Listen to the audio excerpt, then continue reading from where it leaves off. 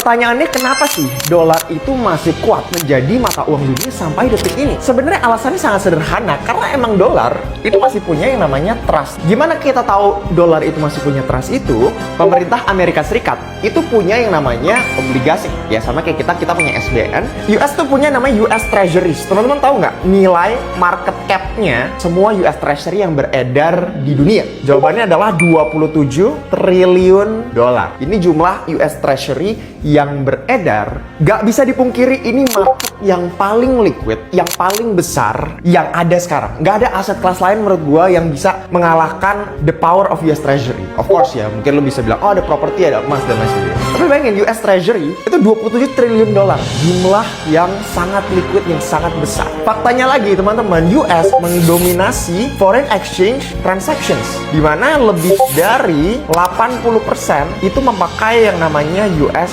dollar. Ya sampai sekarang pun orang bilang US dollar akan hilang, akan jatuh.